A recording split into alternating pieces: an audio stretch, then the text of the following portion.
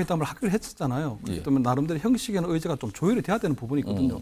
저는 그 이재명 대표가 좀 아쉬운 부분이 보면 이것이 여야 대표회담이 빗쟁이가 빗받으러 가는 그런 게 아니거든요. 이렇게 막 재촉한다고 해서 무조건 성사되는 게 이런 것들이 아니거든요.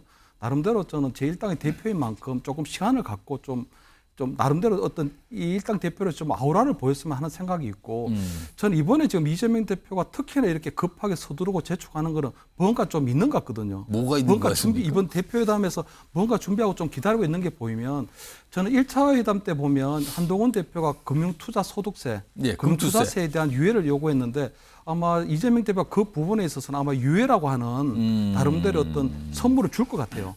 그 대신에 김건희 여사 특검 관련한 내용을 좀 꺼낼 것 같거든요. 아마 제가 볼 때는 이재명 대표가 아마 당론하고 좀 배치되게 제3자 추천 특검을 꺼낼 가능성이 좀 있다고 보이는 게 어쨌든 그 한동훈 대표가 채무상병 특검에 대해서도 제3자 추천 특검을 얘기를 해왔거든요. 그렇기 때문에 아마 이재명 대표가 김건희 여사에 대한 제3자 추천 특검을 꺼내게 되면 한동훈 대표가 그걸 덜컥 받아버리면 정말 큰일 나는 거고요.